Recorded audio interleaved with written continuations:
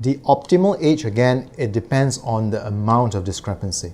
For example, if the discrepancy is not huge, just a few centimeters, then that can be corrected easily when the child is a bit older. I normally will try to coincide that with their educations and their holidays. If they have, in that particular year, if they have a lot of important exams to do, then I may postpone that to another year where their works are less heavy. However, if the discrepancy is going to be a big one, then we will have to do this in stages.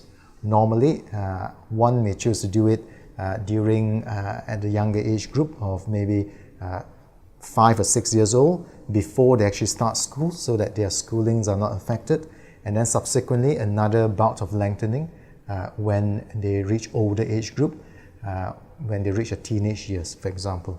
So again, I normally, when I consult, when a family come to consult me about limb length discrepancy, normally these are the schedule I will tell the parents.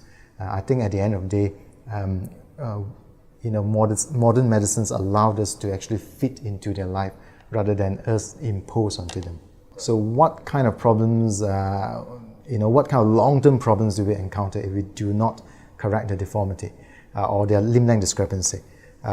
If it's less than 2 centimeters, then all the data out there suggest there is no long-term problems.